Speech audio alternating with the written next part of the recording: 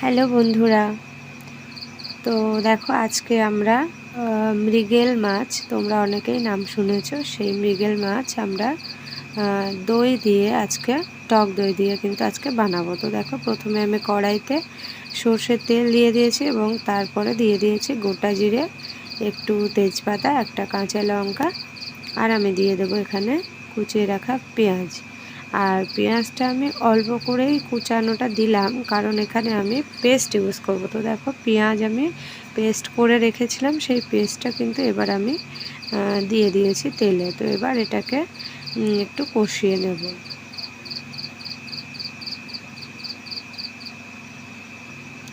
তো দেখো এটা প্রায় কষানো হয়ে গেছে। এবার আমি এখানে দিয়ে দিচ্ছি একটু আদা রসুনের পেস্ট আর একটু টমেটো।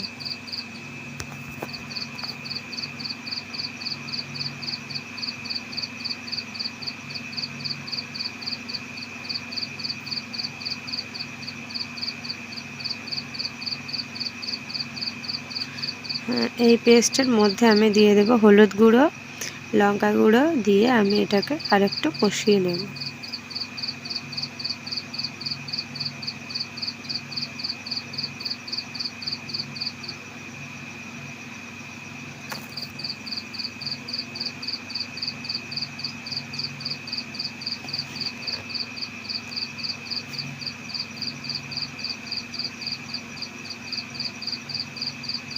এবার আমি এখানে দিয়ে দিয়েছি টক দই।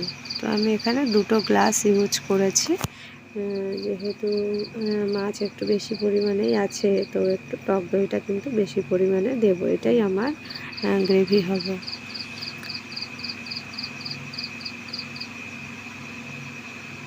তো দেখো এবার সুন্দর করে এটাকে নেড়ে চেড়ে আর একটুখানি টাইম দিয়ে এটাকে কষে নিতে হবে। দেখো অন্য অন্য রান্নার তুলনায় মাছের রেসিপি কিন্তু খুব সহজ। মাছটাকে কেটে ভেজে নেওয়াটাই শুধু চাপের বিষয়, তাছাড়া বাকি যে রান্নাটুকু করতে হয় সেটা কিন্তু খুব অল্প টাইমেই হয়ে যায় মাছের রান্না। আমি এটা খুব ভালো করে পর্যবেক্ষণ করে দেখেছি যে অন্য সবজি বা কিছুর তুলনায় মাছের ঝোল করাটা তুলনামূলকভাবে কিন্তু সহজ। তো দেখো এটা আমি আর একটু টাইম দেব। এটা খুব সুন্দর করে যখন দেখো চারদিকে একটু ফুটছে, তখন এটাকে আমি আর একটু নেড়ে চেড়ে কষিয়ে নেব। নিয়ে কিন্তু আমি জল একটু বাদেই দিয়ে দেব জলটা। তো আর একটু তোমরা সাথে থাকো, আর অবশ্যই বন্ধুরা চ্যানেলটা কিন্তু সাবস্ক্রাইব করতে ভুলো না। এর আগের ভিডিওগুলোতে কিন্তু লাইক পেয়েছি বা ভিউ পেয়েছি, কিন্তু সাবস্ক্রাইবার কিন্তু সেইভাবে বাড়েনি। তো তোমরা প্লিজ চ্যানেলটাকে সাবস্ক্রাইব করো এবং সাপোর্ট করো, পাশে থেকো। তো দেখো আমি এখানে দিয়ে দিচ্ছি লবণ। পরিমাণ মতো তোমরা লবণটা দেবে, যাতে বেশি না হয়ে যায় বা কমও না হয়, তাহলে কিন্তু ভালো লাগবে না। আর হ্যাঁ, হালকা পরিমাণে চিনি তোমরা কিন্তু এখানে ইউজ করবে, তাহলে মাছের ঝোলটা কিন্তু আরও সুন্দর লাগবে। তো দেখো আমি যে মিক্সার মেশিনে যে আমি পেস্টটা করেছিলাম পেঁয়াজের, সেটাই কিন্তু একটু জল বুলিয়ে আমি এখানে জলটা দিয়ে দিয়েছি কড়াইতে। তো যতটা পরিমাণ আমি এখানে ঝোল রাখবো সেই পরিমাণে আমি একটু জল দেব।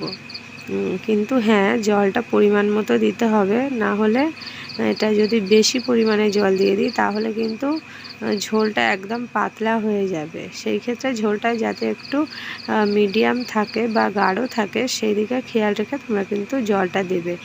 আর প্রথমে আমি এই জলটা একটু বেশি করে দিয়েছি, কারণ এটা ফুটলে একটু কমবে। তো সেই ক্ষেত্রে আমি কিন্তু সেই পরিমাণে জলটা এখানে ইউজ করেছি। আর আমার মনে হলো যে লবণটা একটু কম পড়বে, তো তখন আমি আবার একটু লবণটা এখানে দিয়ে দিয়েছি। তো দেখো ঢাকা খোলার পর দেখছি যে চারিদিকে একটু ফুটছে।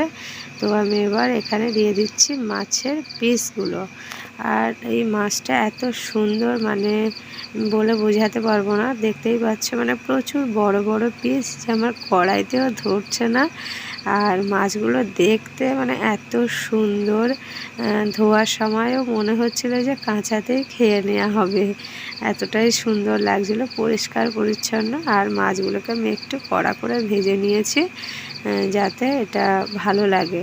তো দেখো এবার আমি ওপর থেকে দিয়ে দিচ্ছি একটু ধনেপাতা। আর হ্যাঁ, আমি একটু ভিডিও করতে ভুলে গেছি, এতে কিন্তু একটু জিরে মরিচ বা গরম দিয়ে মশলা। দেবে। আর পাশে থেকে অবশ্যই সকলে খুব ভালো থেকো, টাটা।